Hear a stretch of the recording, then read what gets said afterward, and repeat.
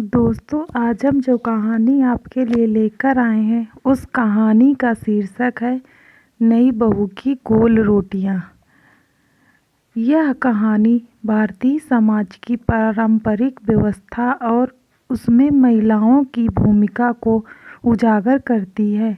गांव के एक संयुक्त परिवार में नई बहू के रूप में आई एक लड़की का सामना उन परंपराओं और अपेक्षाओं से होता है जिनसे उसे खुद को साबित करना है।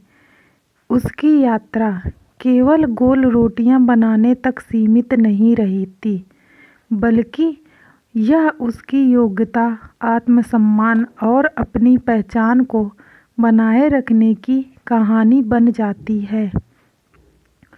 छोटे से गांव सुखपुर में चौधरी परिवार का नाम पूरे क्षेत्र में जाना जाता था। चौधरी रामपाल अपने परिवार के मुखिया थे और उनके घर में कुल 7 सदस्य थे। परिवार में उनकी पत्नी सरोज, बड़ा बेटा अशोक, बहू सीमा, छोटा बेटा अजय और अब उसकी नई दुल्हन राधा शामिल हो चुकी थी।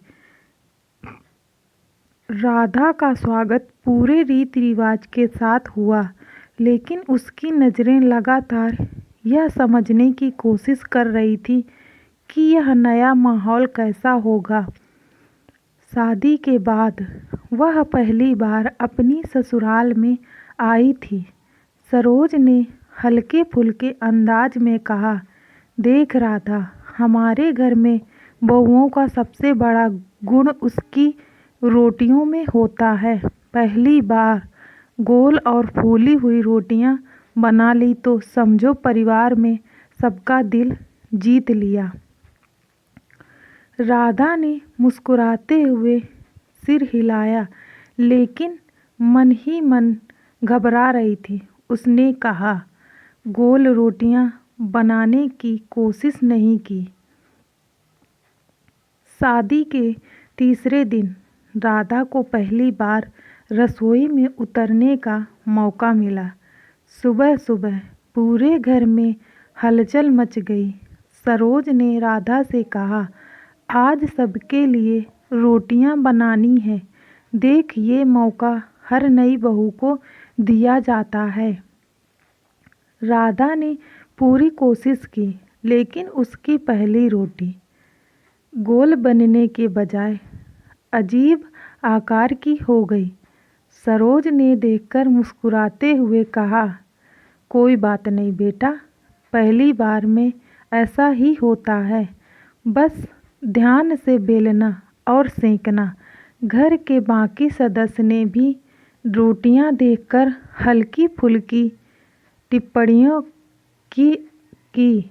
अशोक ने चुटकी ली, अरे भाई, ये रोटियां तो गोल का नक्शा बन रही हैं। सब हंस पड़े, लेकिन राधा चुपचाप सब कुछ सहन कर रही थी। राधा को लगने लगा कि यह सिर्फ रोटियों की बात नहीं थी, यह उसके आत्मसम्मान की परीक्षा थी। अगले कुछ दिनों तक उसने चुपचाप रसोई में अभ्यास करना शुरू किया। दिन के खाली समय में वह आटा गूंथती, रोटियां बेलती और उन्हें तवे पर सेंकती। धीरे धीरे उसकी रोटियां गोल बनने लगी, लेकिन यह केवल एक कौशल नहीं था, यह उसकी दृढ़ता और मेहनत का प्रमाण था। चौधरी परिवार में गांव की औरतें अक्सर मिलने आती थीं। हर बार राधा से वही सवाल पूछा जाता, तो बहू, रोटियां तो गोल बनाना सीख ही गई होगी।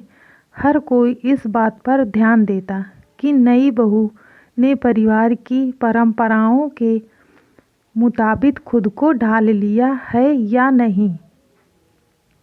राधा को यह एहसास होने लगा कि यह केवल रसोई तक सीमित सवाल नहीं था।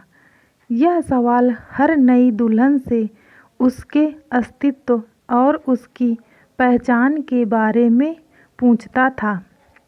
एक दिन जब घर के सारे सदस्य काम पर गए थे, राधा ने सरोज से कहा, माँ जी, क्या सिर्फ गोल रोटियां बनाना ही ज़रूरी है? अगर मैं कुछ और अच्छा करूं तो क्या वह मायने नहीं रखता? सरोज ने गंभीरता से राधा की बात सुनी और कहा, बेटा, हम औरतों के लिए यह दुनिया आसान नहीं है। लोग हमारे काम से नहीं, हमारे निभाए गए रिवाजों से हमें आंकते हैं। लेकिन अगर तू कुछ अलग करना चाहती है तो मैं तेरा साथ अवश्य दूंगी। राधा ने अपनी शिक्षा का उपयोग करके परिवार के लिए एक छोटा सा व्यवसाय शुरू किया। उसने सोचा कि घर में बने पापड़ और अचार बेचना शुरू किया जाए। सरोज ने उसका समर्थन किया और परिवार के अन्य सदस्यों को भी इसके लिए प्रेरित किया। जल्द ही राधा ने पापड़ और अचार बनाने का काम संभाल लिया।